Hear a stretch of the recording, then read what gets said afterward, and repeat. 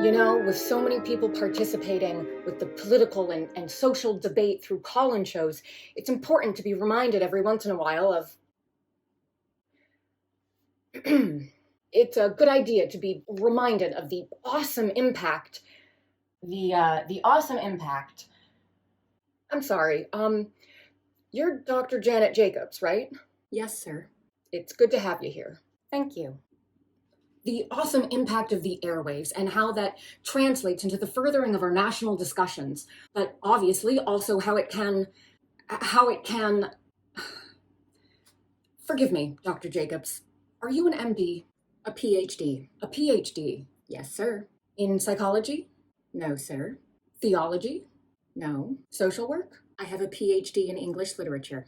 I'm asking because on your show, people call in for advice, and you go by the name Dr. Jacobs on your show, and I didn't know if maybe your listeners were confused by that and assumed you had advanced training in psychology, theology, or healthcare. I don't believe they are confused. No, sir. Good. I like your show.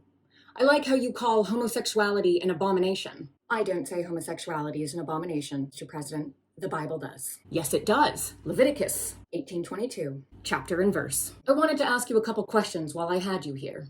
I'm interested in selling my youngest daughter into slavery, as sanctioned by Exodus 21:7. She's a Georgetown sophomore, fluent in Italian, always cleared the table when it was her turn. What would a good price for her be? While thinking about that, can I ask another? My chief of staff, Leo McGarry, insists on working on the Sabbath.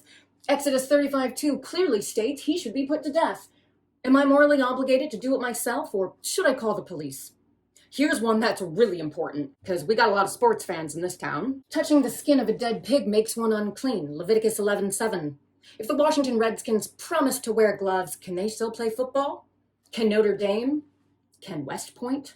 Does the whole town really have to be together to stone my brother John for planting two different crops side by side? Can I burn my mother in a small family gathering for wearing a garment made of two different threads? Think about those questions, would you? And one more thing. While you may be mistaking this for your monthly meeting of the Ignorant Tight-Ass Club, in this room, when the president stands, nobody sits.